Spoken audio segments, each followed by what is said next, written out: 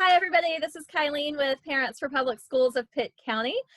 You're probably all used to seeing my face by now with these great question and answer sessions. We've been so thankful to Pitt County Schools for joining us. Today we have Matt Johnson. And Matt, I always mess up your title, so I'm just going to let you introduce yourself and tell us who you are. I am the Assistant Superintendent of Operations for Pitt County Schools. Perfect. So we asked about a week ago for folks to submit questions around facilities, cleaning practices, things like that.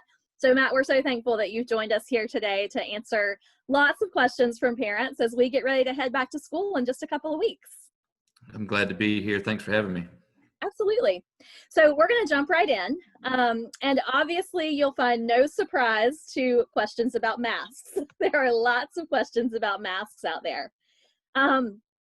So we've heard a little bit about students are going to be provided with some masks. Could you update us on how many and a little bit about the procedures for how we're going to help students keep masks on in their classrooms and in hallways and everywhere? I got you.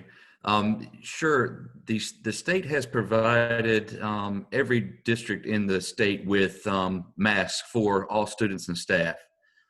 They have provided 5 masks per student and 5 masks per staff member throughout the whole state, which is great on them. And we got the shipment in about a week ago, and we've been taking them out and getting them dispersed to schools so that open house and that kind of thing, they can be distributed to our students. I think that the real challenge is going to be our lower grades and making sure that we can just teach our students and explain to our students why it's so important to have this on. And research has shown over the past couple months that how much more important masks are to have on to stop the spread of this virus than it originally was thought. So just the process of that and how the research has gone showing masks is very important. There's several things that we're going to do. We have signage, CDC mask signage that will be posted throughout the buildings. Our staff will be there explaining to our students why we need to have these masks on. I'm confident that our lower grades will have some fun things to do with our masks as far as wearing them, how to wear them, and why to encourage keeping them on. And it's been mandated by the state, by our governor, that masks are going to be worn on our campuses at all times. So that's something that we've all got to conform to, change our way of thinking, and change on how we do things day to day. Whether it's going to the grocery store or going to school, masks have become the new normal, and that's something that we're going to have to just adapt and move on with as a society, and not just as school. Yeah. I think a lot about my kids when they were little and started at their school. And if you walk into a school and all the kids have their finger on their lip and their hand on their hip because they've learned that hip and lip rule. And they weren't doing that before they got to school. So I keep thinking about what good rule followers, especially our young kids, are and how they learn those norms. And I think I keep hoping that the mask wearing will be a lot like hip and lip. So instead of hip and lip, we'll have masks on ears. That's right. We've come up with some slogans to go with it, and our staff is great at that kind of thing. So it should be fun to see what they do with it. So some parents are wondering, will there ever be a time to take the mask off, like a break during the day outside, or if students are sitting at their desk and they're 6 feet away from another student, will there be a chance to take it off? So kind of several answers to that. Students sitting at a desk in the general settings, even at 6 feet apart, masks are required. And basically the rule is masks are required on campus, period. Whether it be inside, outside, at your desk, 6 feet apart, whatever, masks are required. And that's what's been sent down to us by the governor and the North Carolina Health and Human Services. That's the requirement for us to go back to school. Now, they have said in their requirements and guidelines that they do recommend frequent breaks throughout the day so that students and staff alike are not just constant with the mask on their face. They do give some guidelines, maybe during recess, and you can distance 6 feet apart with your students. That might be a good time out in some fresh air to be able to take your masks off. Some other times during the day where you can actually separate 6 feet or more apart, inside if necessary, you taking a break from that mask. And I think this is going to be important for students and staff alike to be able to have that break, and take that mask off, even just for a couple minutes, to hey, this is more normal, and have that there. But so that's built in. We will have breaks built in throughout the day on masks and on removing them for a few minutes. Again, exposure is classified as within 6 feet for more than 15 minutes. So a couple minutes here or there for a break for your mask, taking your mask off, would not be considered an exposure risk, per the CDC and the Health and Human Services guidelines. So building those in are going to be very important through the day. Okay, I think that I think parents will be really reassured to hear that there will be a few break opportunities. Excuse me. There are lots of questions about cleaning, and so I think you've got lots of answers about cleaning. So a lot of people are wondering, what will that daily cleaning regimen look like, particularly in classrooms where maybe children are changing classes, like middle school and high school, they're going to a different class a few times a day. So parents want to know how that cleaning will happen there in the classroom, and are you going to need extra staff to make that happen? So we're taking the first couple of weeks of school with our all of our custodial staff. A lot of our staff comes in after school, after our students have gone home, to do a thorough cleaning of the building, and get everything done when nobody's there. We're actually bringing some of our staff in earlier to help us with the daily clean.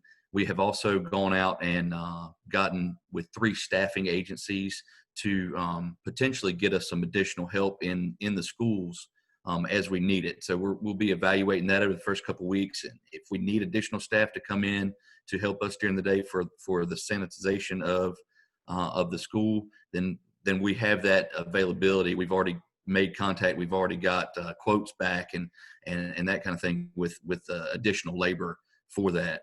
The day-to-day cleaning is going to be disinfecting our frequently touched surfaces throughout the building, which are going to include our doorknobs, our light switches, our desktops, our seats, our faucets, our faucet handles, flush valves, and different places like that. Countertops, in some classrooms that have countertops where they would actually do activities on, so those could be sanitized. So all of the frequently touched surfaces are things that the requirements are telling us that we have to go disinfect several times a day.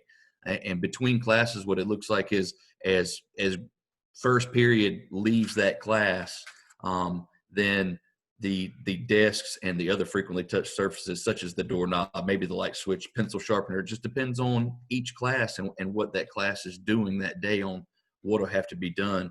But definitely the desks, the desktops and the seats and those touch surfaces around where our students will be sitting for a period, for second period or third period or whatever. So between each period, our disinfectant will be sprayed upon the surfaces and wiped off. Our custodial specialists that we have 2 of those in-house that really oversee the custodial program, have put together a really good and really simple checklist. It gives you the frequently touched surfaces, not limited to, of course, and then it says, here's your 5 steps on how to disinfect your frequently touched surfaces in classrooms. And that has been distributed to our principals. We have also gotten with our head custodians at each school, who are going to in turn train all of our staff at these schools in staff meetings on how to use these products, how to wipe down surfaces to rid the surface of this virus or any other potential contaminant that's on it. Great. That was such a thorough answer. And I think all of us as parents can go ahead and say thank you in advance to you and your staff, and to all the teachers and just everybody that will be involved with the whole cleaning process and how we're going to be keeping our students safe. It's going to be an effort from everybody. It's not just going to be, it's not going to be a custodian. It's not going to be a teacher assistant. Everybody in that building is going to have to take it and be a part of the cleaning, disinfecting, and sanitizing of the schools. Yeah. again, just so thankful for the strong team effort within Pitt County Schools all the time. So there are some questions about the availability of certain resources. So lots of parents are wondering, will there be hot water? How often will the soap be refilled? And then a big question is, we're seeing some empty shelves when we're looking for those Clorox wipes on our supply lists. So tell us about the resources in that area that will be provided. We've had a lot of questions about hot water, and it comes up from everybody. And I think the misnomer is that you have to have hot water to thoroughly free your hands of germs. And according to the CDC guidelines, and I'll be happy to send you the link if you need it, it does not say that you have to have hot water. It says you need clean running water, in parentheses, hot or cold, and using the proper hand washing procedure, which is lather up, rub your hands together, causing that friction for at least 20 seconds, and then rinsing it off with clean running water. Again, it can be hot or cold. So if there is a sink in the school that does not have hot water, I don't want anybody to think that that sink is going to get anything less clean, because all of the guidelines that we have and what the CDC is putting out does not tell us that we have to have hot water of a certain temperature to be able to rid our hands of this virus or any other germ or contaminant that you may be in contact with. So that's one thing that we need to make sure that everybody's aware of, because that comes up a lot. As far as hand sanitizer, I will say it is difficult to procure right now. We have sent out hand sanitizer, and the delivery process is going on, but we have hand sanitizer stations set up at every entrance to the school, and every entrance. What we're thinking there was the main entrance, the staff entrance, the bus entrance. So at each school, there's maybe 3, there may be 4. It just depends on the school. But we've sent a sanitizing station to that, so that as students, staff, parents come in, they can sanitize their hands as they walk through the door and after they complete their screening process. So that is there. We also are sending out, or in the process of sending out, hand sanitizer for each classroom. So each classroom will receive a bottle of hand sanitizer. We do have hand sanitizer in stock, so that as we start running out, we will be able to provide more to each school. And there's an order process that the schools can go through, so they can order it and get the order in, and we can get it back out to them. We have ordered more, so we're continuing to find the sources to order hand sanitizer to get it in, and the hope is that our vendors can continue to be a provider for us and get the hand sanitizer in. Our purchasing agents are great at finding things. If vendor A doesn't have it, they'll go A to Z to find the resources that we need, and that's just something that they do daily, not just in a pandemic for hand sanitizer, but if they need a part for a sink, if A doesn't have it, they'll go through the list until we find it, and that's what they're great at. I know the Clorox wipes, they're hard to find. Impossible. Yeah. It's not something that we stock as far as Pitt County Schools, and but it's something that every teacher likes to have in their classroom, because it seems to be pretty simple to pull a wipe out and wipe a surface down. But we do have the disinfectant that has been approved by the health department, the EPA, the CDC for fighting this virus, as well as many others way beyond COVID-19. And we do have a stock of that. We do have that on order as well. We've got several thousand gallons of it in stock right now, and we've got more on order. And that's what we are pushing, and that's what we'll have in the classrooms for our staff to wipe down surfaces and to clean and sanitize between classes and that kind of thing. I know the wipes are simple. We don't have them. If you do find them, I know your teachers, all your teachers will be appreciative to get a bundle of them if you can get them in there, but it's not something we supply. But I think we're going to be able to sustain our disinfectant for a good bit. We're just, we're working with our vendors same way, A to Z, who can get me this product, and that's what we're doing. Right. So parents, if you see Clorox wipes, be sure to pick up some. Get If you them. can't find them, don't stress about it. Pitt County Schools has you covered with some other disinfectant that is CDC approved and all that good stuff. So don't stress over the Clorox wipes, but get them if you find them. Um, so one last question about cleaning. Are there any special procedures for certain areas like restrooms, media center, cafeterias, any of those more common spaces? So common areas are going to be hit pretty much the same way as your classroom. For this virus, we're really looking at frequently touched surfaces. This is not a virus that our health department has told us this is not an airborne thing. We're looking at droplets that come out and then fall to the ground after certain distances or fall to surfaces at certain distances. So it's not typically something that is spinning around in the air as some other viruses might be. So the frequently touched surfaces, when you talk about, like, say, the media center, the circulation desk, um, the tops of bookshelves, the areas where you can look at, sit down and look at books before you buy them, or you're having a lesson in the media center, those will be wiped down between different groups coming in there. So the sanitization and disinfecting of those will happen between groups. Our cafeterias, our hallways are the same. When you look at restrooms, we're really looking at, again, frequently touched surfaces. So we're looking at the faucets, the faucet handles, the flush valves, the paper towel dispenser handles. That kind of thing is what the requirements and the guidelines are really telling us to go focus on for our disinfectant throughout the day. And that's the guidance that we've put out, and the cleaning procedures that we've put out through our custodial specialists are highlighting and hitting those specific areas.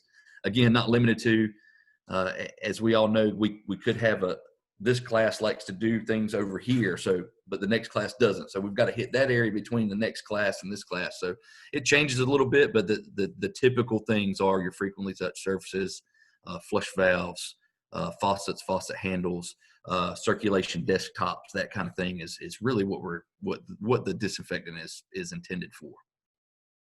Thank you. Again, so many new procedures, so much amping up of old procedures, and I think we're all just really grateful that that's happening. Tell us a little bit about screening processes. We're going to move on to just talking about some daily safety things. So screening processes for staff, students, what's that going to look like for the different groups coming into the school? Okay, well, the guidance has told us that every person entering the school facility will have to be screened. It'll consist of the COVID questions. Have you been exposed? Do you have any symptoms? Have you been around anybody, or have you been confirmed positive? Have you had a positive test? And then it'll have an actual temperature to be taken. And if you're 100.4 or above, then you are considered potentially have the virus, and that's where we have to take some different actions. The screening processes are going to be a little bit different at every school, because you just do things a little bit differently, but the similarities will be there. I think a lot of the schools are looking at doing the temperature testing and the question asking, especially for car riders, in the car rider line. That way, if one comes up where this child has a temperature, hey, they're not even out of the car. It's you need to take this child back home or to your doctor or whatever you need to do for this. But the process is going to be, you're going to basically walk up, you're going to answer the questions. They're going to take your temperature with a thermal temperature gun that basically just puts a dot on your forehead and gives you the temperature. It's a non-touch thermometer.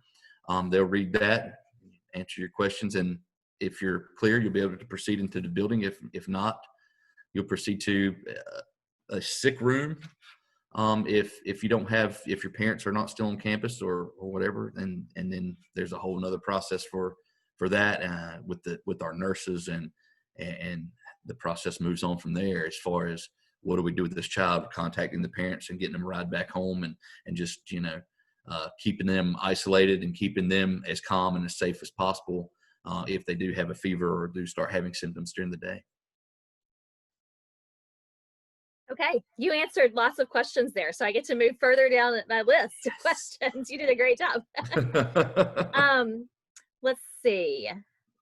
Talk to us a little bit about movement throughout the school and sort of how, especially thinking about like high school and middle school, if they're going to change classrooms, how are they going to safely do that throughout the school with the social distancing and things like that? Well, one of the things we really have working in our advantage is our students are going to be at less than half capacity of what it typically would be. So just to start removing or lessening the number of people gives you greater distance between the people that are there, just because there's not people enough, there's not more people in the building. So that helps us tremendously to start with. The second thing we're doing is one-way hallways. So you enter a hallway, as you're going down the hallway, you're on the right side, circle at the end of the hallway, you're coming back out of the hallway on the left-hand side. And really that's going to be a key to do this. You don't just have somebody come out a door and immediately go right or go left. It's going to be the one way around the school. So that's really going to help keeping everybody in the same direction, keeping everybody not face to face, but face to back, basically, as you're moving through the school, which again is said to help mitigate the transmission of the disease as well. That and masks. I know some schools out there that they've put up actual barriers, and when I say it's not really a barrier, it's more like the movie theater lines, 2 posts with the string in between type of thing. So they've put some of those up in the hallway. Here's this way and here's that way. Some others have put up some signage just showing arrows one way and that kind of thing. So that's really how moving about the school is going to be different. It's not going to be just go. We're going to have to actually stagger as we move about. Some other things is we've got stickers that for the floor, stand here, be 6 feet apart, be mindful. So we put those in areas that we typically have folks that'll be in line. So outside of a restroom or outside of the cafeteria or outside of the front office or media center where you would typically line up students, we'll have these stickers to help remind us, hey, this is where you stand. So we have those for the floor, and we also have some made for the wall. So if you can't, we're not going to be able to run the 6 foot distance floor sticker, stand here on every square inch of the school. So we're trying to come up with different ways that we can just put reminder markers down through the hallways and different things like that. So it's going to look very different than our normal day. But we are definitely one-way hallways, 6 foot distance stickers, reminder posters, and our staff are going to be out there reminding them, hey guys, back up, stop, slow down at intersections is going to be really critical on how to do that, and how to, basically you come to a 4-way stop sign is what's going to happen at our intersections. And then, they're going to have to be the traffic guard on how we get through it, basically in these areas. All right. Huge thank you to any teachers that are watching for all of the work that you're going to do to coordinate that. Sounds like some great processes are in place. So thanks to everybody that's going to implement those. Back to the thermometers really quickly. I think this will be a quick answer. Will temperatures only be taken when students arrive at school, or is there another time during the day that happens? It's arrival at school, unless the student starts to show symptoms during the day. At that point, they would go to the sick room to be isolated, and their temperature would potentially be taken again at that point. But most days, most people, it's going to be one time when you come in the door, and then throughout the rest of the day, there's not another time. Okay, perfect. And then last question in this category, and we'll move on to a couple of others. Are there, and this is a huge question from especially parents for public schools as we think about parent involvement and engagement. Are parents allowed to come into the school this year, whether it just be walking their kindergartner to class or coming to volunteer in the classroom? Or is that something that we need to really start rethinking what engagement looks like in a different way? I know we've talked about it several times, especially our kindergartners on the first day, and I know Dr. Linker is working with all of our elementary school principals to try to come up with what we think is the best way to make this happen, as far as at least getting a day into the school with your kindergartner to drop them off. And I know that's a big thing for a lot of folks, but it really goes back to our guidance is telling us to limit the amount of visitors that are not affiliated or not within the school system. And this is another way for us to try to limit the transmission of COVID-19, is to limit the amount of folks coming in and out of that building that are not there for their job or to go to school.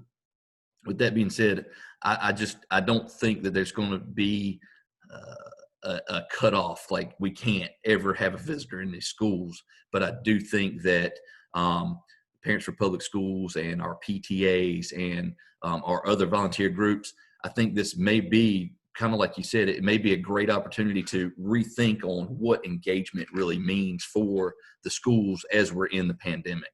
And it may be, it may come up with ideas that really shine and say, hey, we should have been doing this all along. I mean, you never know what's going to come out of it. So not saying that we'll never have visitors back in the schools, but we have to limit the amount that come through there daily. And so, yes, it would be great to start looking at other options. Thanks, Matt. I'll just give a plug for Pitt County Women's Journal. If you are following our Facebook page, take a look at our post yesterday. We posted an article just about how parent engagement might change a little bit. And like our friend here, Matt, said, there might be some amazing ideas that come about. And if you come up with one as a parent who's watching this, please let us know at Parents for Public Schools, because we really want to highlight all the creative ways that parents connect with their schools this year when they may not be standing inside the walls of the schools. So a couple questions about classrooms. Mm-hmm. Can you tell us what a typical classroom will look like? And that's in terms of how the desks will be set up, how many students will be in the classroom. Is there going to be plexiglass between the desks? Like what does the classroom look like? Okay. So our typical classroom setup, we are an average of 12 students per class. Some of our classrooms, square footage wise, are large enough to go 14, 15. Some of them are small enough that you're 8 or 9, but our average is 12 per class. And it's really pretty typical throughout the district at that 12 number. Walking in your classrooms, some of the schools are able to remove desks that aren't going to be able to be used and just leave the say 12 desks in there, and they will be spaced out. And you'll see as you walk in, staff has gone in there and they've marked on the floor as they've measured out 6 feet in every direction to get the desks lined up and set up with that. And again, some teachers and some schools like to set up a little bit different. Some like rows where there's 6 foot between them and 6 foot between them, and some people like to set up in diagonal rows or some kind of a semicircle type of thing with the desks, but they'll all be spaced out, and you'll see the definite spacing between them and what it is. Hold on just a second, sorry.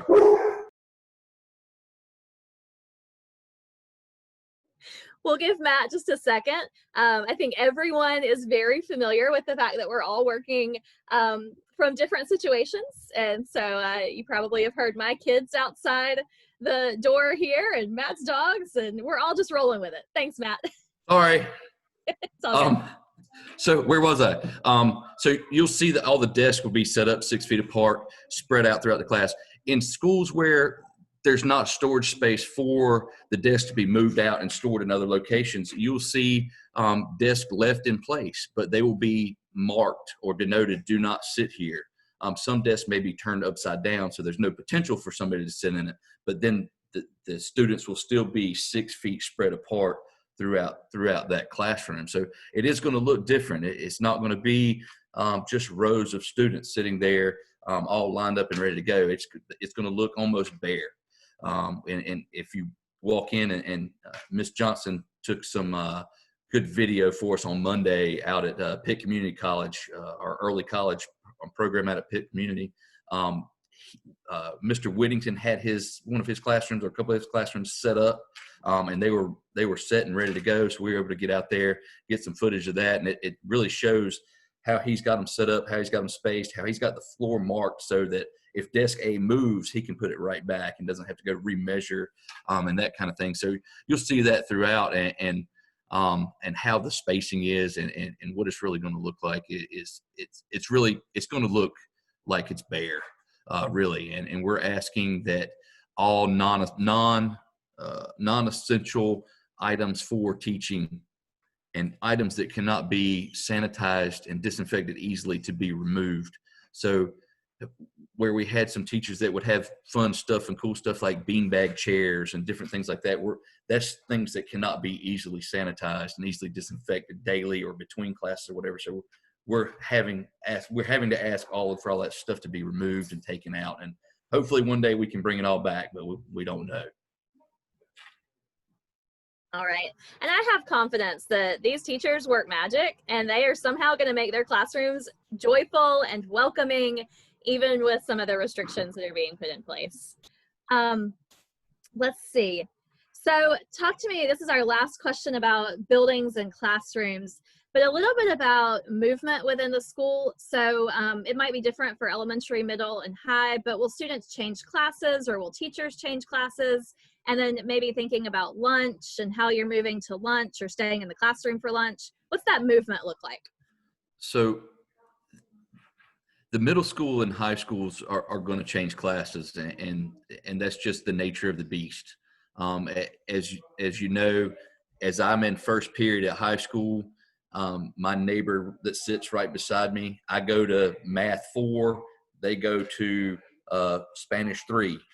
So it's all different classes. So you can't just take in high school, middle school, bring in those different teachers for everybody in there because it's so schedules are so different. So those will be changing classes, definitely. The elementary level, the thought is to try to minimize the movement and the class changing there, and bring maybe encore teachers into the classroom instead of having that movement. I do think that with the disinfecting and sanitizing protocols that we have in place, we can effectively change classes and make this work. And I don't really have a concern with the spread of frequently touched surfaces by changing classes. I think we've kind of nailed that down, and we've got the correct products and we've got the correct procedures in place. So I feel comfortable saying that we can change classes throughout, but I do think elementary school is going to try to narrow that down and really hold it to bringing people into that same classroom.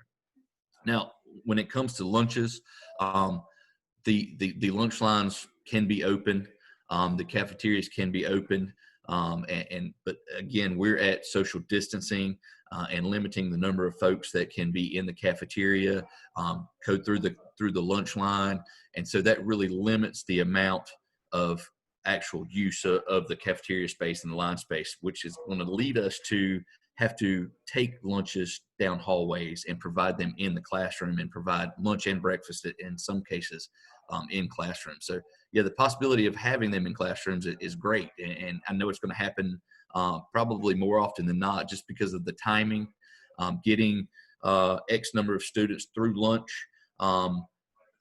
with the limited space for them to actually sit down and have lunch and be spaced out. So it's going to have to be in the classrooms in some areas. Okay. What were there other questions on that? You got it. You're good. You're good. I'll say just a quick story to parents out there. I've been talking with my own kids about changes they might see. And my rising third grader, I was like, you might not eat lunch in the cafeteria. It might be in your classroom. And she jumped off the couch for joy and was like, I love eating in my classroom. So it's all about how we present it. And so just remember, as you're talking with your kids about changes, we can present some of these changes in a fun and exciting light. to help them actually feel really excited about going back to some of these changes that might seem less than ideal, but they'll make the best of them. So I know we're running a little bit short on time, Matt, but I want to quickly cover some transportation questions. I know that's a big one out there. So there's a lot of questions about just how the buses will work. So how often they'll be cleaned and how many students can be on a bus or how many feet apart they'll sit. And yeah, we'll stick with that for a minute. Okay, so the guidance given down to us for bus riders is only one student per seat, unless it's a family member. So, you know, brother and sister could sit together in one seat, which gives you an extra person on the bus. An average for us is 22, 22 kids on the bus, 24 for some buses, 18 for some, just depending on the size of the bus. So that's really limiting when you look at, for instance, an elementary school that can sit 3 to a seat. You have a 72 passenger bus that's all of a sudden been cut down to 24 or 22. So that really puts a burden on bus routes and getting students to school. Again, the limiting the number of students coming per each day helps us in this aspect as well. But it's still a challenge as we try to figure out how to route the buses to get our students to school with the limited seating that we have on each bus, which could cause us to have to run additional routes. Could cause us to have an earlier start time or a later drop-off time and that kind of thing. And really our transportation group right now is working very hard with the information that our schools have provided us with who's going to ride, their addresses. So they're gathering this information and they're putting it in our routing software, and they're printing out routes daily and finding the errors and then redoing the routes to figure out how to make it better and how to make it more efficient and how to make the ridership time less instead of greater, which is always the goal. To the less time you're on a bus, the better off everybody is. So that's kind of where we are with how many folks and what it's going to look like on a bus. Our cleaning requirements are the same as the classrooms. So as we change riders, so we share buses at Pitt County Schools. So I have buses that do an elementary school route and drop off in the morning from 7 to 8, and then from 8 to 8:30 do a high school or middle school route. Those timings aren't exactly what they are, but just for example's sake. So we will continue to share buses in this fashion. So what this really means is when we drop off the elementary school students at their elementary school, the bus will have to be disinfected and sanitized prior to the route to go out and pick up the middle school or high school student. Once that group is dropped off at the middle school or high school, the bus will have to be sanitized again prior to the afternoon route. And the afternoon route will look very similar. You'll make the elementary run, come back, sanitize, then go out and do the middle or high school run. So the cleaning of the buses, or it's really disinfecting of the buses, will be done between every route. And again, we've put together the procedure for that. It's handrails, it's seats, it's seat backs, it's windows, the frequently touched surfaces on that bus that we'll have. The other procedures we've put out is we need to load the buses from back to front and unload the buses from front to back. So it's not when you stop, everybody stands up and makes their way out. We've got to be strategic on how we get the students off. If you're the first rider on the bus in the morning, you've got the back seat. If you're the last rider pick up in the morning, you're at the front. And that's just the way we have to do it to prevent any kind of cross-contamination, if you will, between students on the bus. We're also going to have our students facing forward on the bus as we go. Stay facing forward. Again, you're face to back instead of face to face on these buses, which again prevents the transmission. And masks, just like everywhere else on our campuses, are going to be required on these buses. Hey, thanks, Matt. I think we all need to say a huge thank you to bus drivers. who are going to have lots of extra responsibility for just reminding kids to stay facing forward, keep their masks on, all of this. So thank you very much to our bus drivers. One last question about transportation. There's a couple, I'm going to just group them together. Different forms of transportation. I assume they're all going to be allowed. So can students drive to school? Can after school vans come pick up kids? Can parents drop off in the morning and have their kid ride the bus in the afternoon? Tell us about those kinds of things. So we're trying to make the transportation to and from school as normal as possible. So our after-school van programs, that's still in play. They can still come and get our students and take them to the after-school programs. Students who drive will still be able to drive. When they get to school, there'll be a separate entrance for them, student entrance, where they still have to do the screening to get in before they go into schools. The drop-off in the morning and riding in the afternoon, that's something that our transportation department is really looking at. And the difficulty with that is, and we're hoping to make this happen, and we'll know more first of the week on really what our bus transportation, how it's going to fold out, and what we can add and what we can accommodate throughout based on our numbers. But when you have a one-way rider, if you will, it creates a seat empty in the morning and full in the afternoon. So working those numbers to see if that works. We're hoping we can make that work. We're hoping we can make that, that drop off in the morning and ride bus in the afternoon. We're hoping we can make it work that the bus can go to Boys and Girls Club in the afternoon. We're hoping we can make it work that the bus can make stop at XYZ daycares as we've done in the past. And that's our goal. And it's really going to come down to the number of riders that we have, the number of buses that we have, and the number of routes that we have to make with our restrictions that we have on the bus. So we're trying to make it as normal as possible. I got to say, just so everybody is aware and understands, we are going to have some areas that we're just not going to be able to do because it's just not going to be physically or feasibly possible with the restrictions that we have on some of our transportation. And I don't know, I can't pinpoint exactly it's going to be this or going to be that, but that's something that we are working on. And once we get that, we will definitely get that out to the public as soon as we know what we can do. Hopefully we can do it all.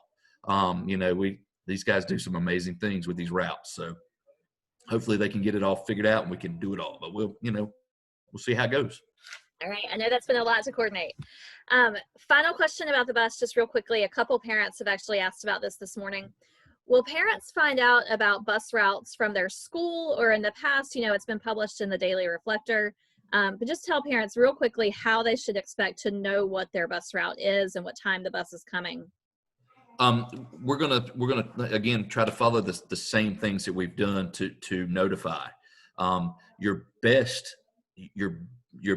source of information is going to be your school, as it usually is.